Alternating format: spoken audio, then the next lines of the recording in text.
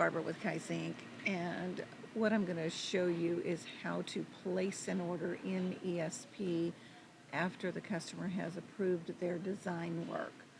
So you would come into ESP here, go to Projects, and look for the project that will be in here based upon your customer. I'm going to go to this one here because there has not been an order placed on this yet. So we would come down here to create an order, and this is the screen that would pop up. So in here we want to put our order number in the PO reference right here. We want to put our in-hands date. Ship date I don't fill out because I'm telling them what day I need it in hands, and I don't necessarily know where it's shipping from. We need to tell them whether our in-hands date is firm or flexible. So I'm going to just say that my in-hands date is 5/1. And I'm going to say that it is flexible. Typically, the salesperson should be putting the notes as to how we want this shipped, because during the presentation process, we should be looking up the estimated shipping costs from the provider. And in that, we would know whether we can use our own shipping number or whether shipping is included or which of the carriers has the best rate. So far, I have found that FedEx Ground across the system is having the best rate, but that doesn't mean it's going to be the same on all providers. So for this particular one, I do know that FedEx Ground was the best one. So I'm going to look for that in here. I may have missed it. There it is. So I'm going to pick FedEx Ground. We're not going to put a shipping account in because this one we're asking the provider to ship. We're going to tell them what our payment method is. I typically in here put MasterCard because of the virtual cards that we use. So I would put that there, and then we can say create order. So now it's going to take us into the next steps of this order. So it's telling me I don't have any products in there. So I can add a product. I'm going to go back to my presentations, and I'm going to select my coffee mugs, and I am going to select this one, and I'm going to add that product. So we need to configure the product next. So our in-print method on these is full color. And then we have to go next. And then we're going to tell them which color of mug and the quantity that we wanted. So for this particular one, our customer wanted 100 of the red mugs. And we go to next. And it tells us that we don't have any decoration yet, so we have to tell it we want to add the decoration. So we already know all of this. We've already told them this, that it's full color. We would then put in any decorator notes if we needed to, and we're going to say, yes, apply it to all the product variants. We do have to scroll down to upload our image, and this is where we would do that. We would also select a proof type, and on this we want an email proof, and we do want to require client approval. So I'm just going to randomly select something here. I don't really have one, but just to go into a client folder, and I will go here.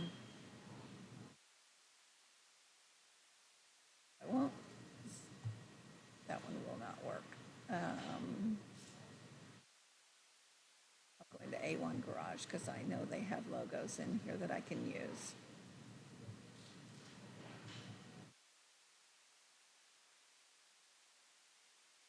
So I'm just going to pick that and let the system upload it. So it is now in here. It goes back and tells you you must put an email address in there for that approval, and we would use purchasing at Kaizink for that to come back to.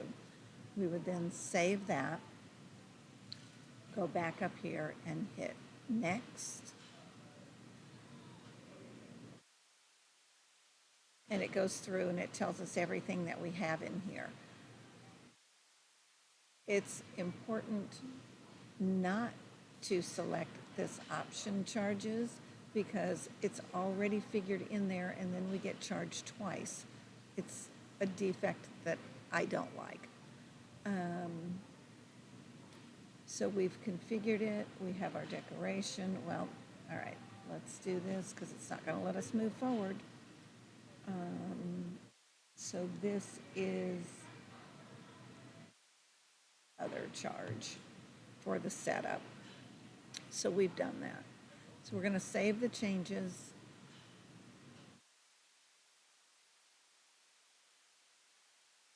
Tells us it's been saved.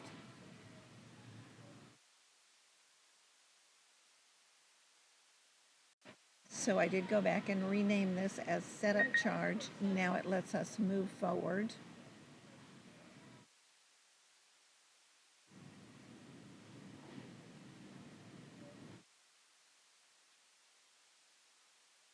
At this point, we have to come back up here. Our decoration is in here, as we can see. In here, our image is here. All of that is good. Our shipping is all in here. That's all good. Sales tax, we have to go to this category and select whatever it is. So advertising specialties, and we're going to save changes. Then we're going to go to our instructions. And in our instructions is where I type in, we'll click on add instructions, and I type in that we will email them a copy of our tax exemption and provide credit card details once order is confirmed.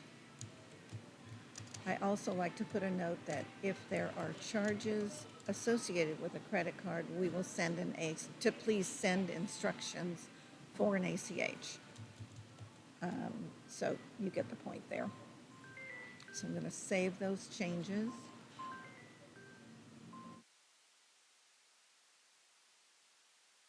And we have finished with that. Once we get through all of the fields that we need to get through here, you have to come back up here and click on Back to Order. In here, this will tell you all of the steps. The order was created. Here's the order summary, all of the order information, who the approver is, everything. You have to scroll up here to Share. When you click on Share, you see Send Purchase Order. That is how the purchase order gets sent to the vendor. I'm not going to do it on this one because it's for demonstration only, but that is how an order is sent. Thank you for watching.